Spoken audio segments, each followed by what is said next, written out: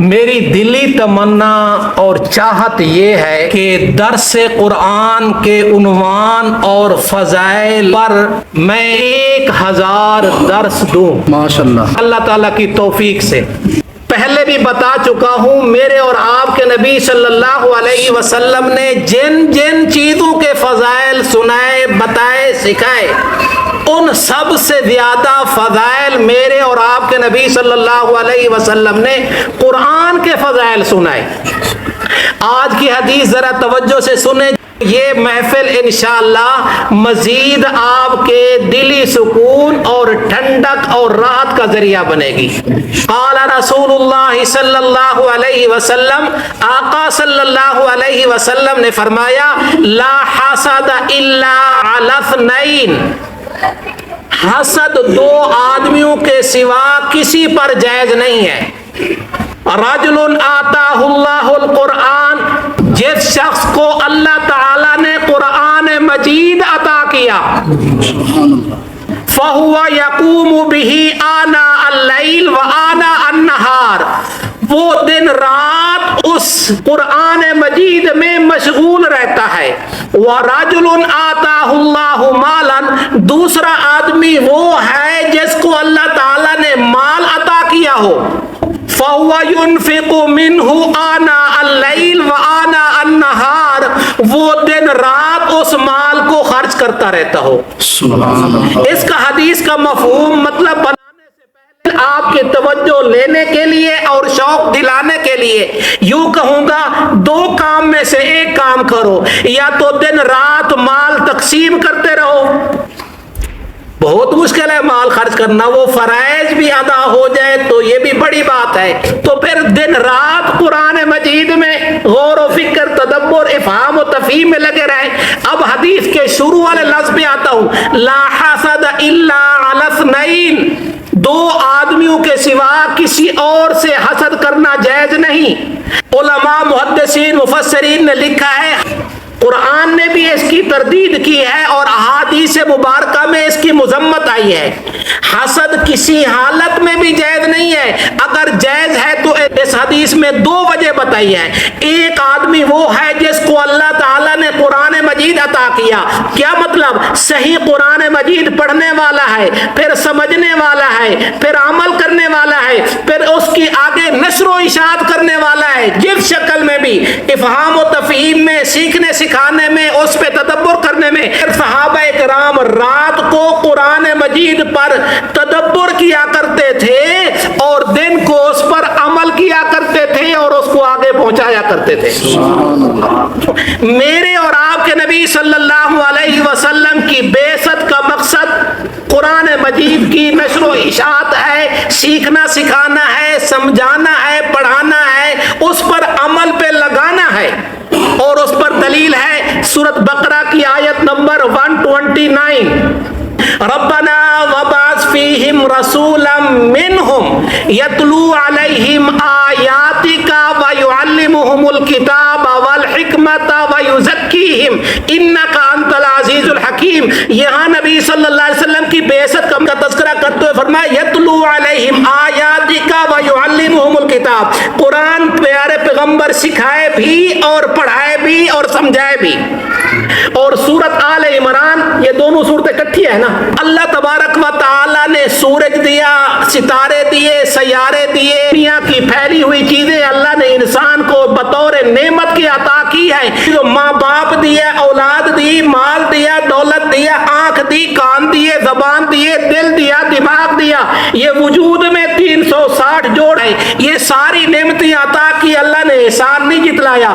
قرآن مجید میں سورۃ آل عمران میں فرمایا لقد من اللہ علی المؤمنین، میرا ایمان والوں پر احسان ہے. یا اللہ وہ احسان کیا ہے، ذرا بتائیے کہ مقتدیوں کو میں بھی بتا سکوں. فرمایا اذ بعث فیہم رسولا من انفسہم یتلو علیہم آیاتہ ویزکیہم ویعلمہم الکتاب. مانا آپ کو سمجھ آ گیا ہوگا. آپ اس آیت کو پہلے پڑھی سنی ہوئی ہے. تو ان آیات کے پیش نظر بھی کیا ہے؟ نبی صلی اللہ علیہ وسلم کی بعثت کا مقصد، آپ صلی اللہ علیہ وسلم کی نبوت کا مقصد، آپ صلی اللہ علیہ وسلم کی 23 سالہ نبوی زندگی کی محنت قرآن مجید کی نشر و اشاعت ہے. یہ آسان سا لفظ ہے، مختصر لفظ ہے. حسد یہاں لفظ بولا ہے، اس کا بھی محدثین نے وجہ بیان کی ہے. ایک وجہ تو یہ ہے کہ حسد یہ رشک کے معنی میں ہے، غیبتہ کے معنی میں ہے. حسد اور رشک میں فرق، حسد کا مطلب یہ ہے کہ فلاں کے پاس جو نعمت ہے نا یہ ختم ہو جائے، زائل ہو جائے، برباد ہو جائے، اس کی نعمت اس سے چھن جائے.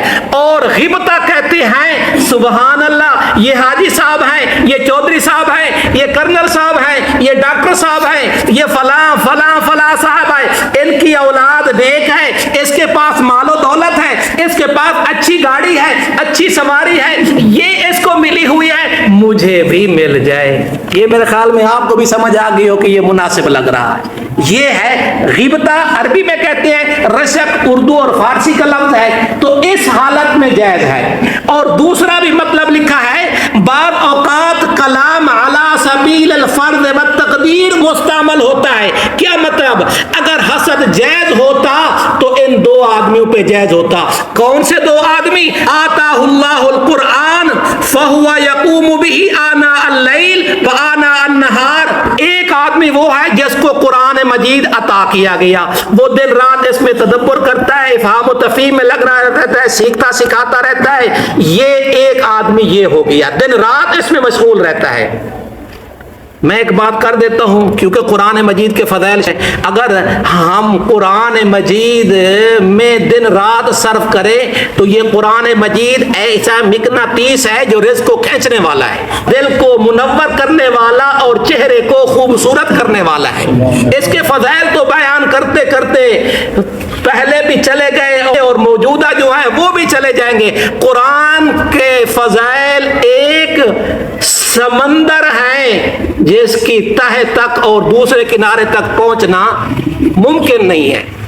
دوسرا آدمی جس کو اللہ نے مال عطا کیا وہ اللہ کی رضا کے لیے مال کرتا رہتا ہے. اب حسد کے بارے میں بھی سن لو، حسد کیا چیز ہے. حدیث میں آتا ہے، آقا صلی اللہ علیہ وسلم نے فرمایا، لا یجتمعان فی قلب عبد الایمان الحسد.